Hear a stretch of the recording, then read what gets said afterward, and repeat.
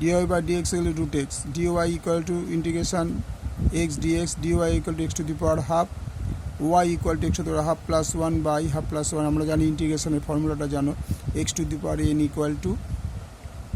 x to the power n plus 1 by n plus 1, এটা কিন্তু form, এটা তোমাদের মনে রাখা দরকার, আমি সেভাবে সাজিয়েছি। y equal to x over 3 by 3 by 2 plus, এবার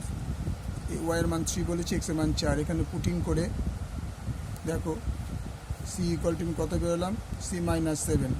7 minus 7 by 3, এবার y equal to x to the power 3 by 2 by 3 by 2 plus c, তাহলে y equal to এটা উল্টে গেলে 2 by 3 x to the power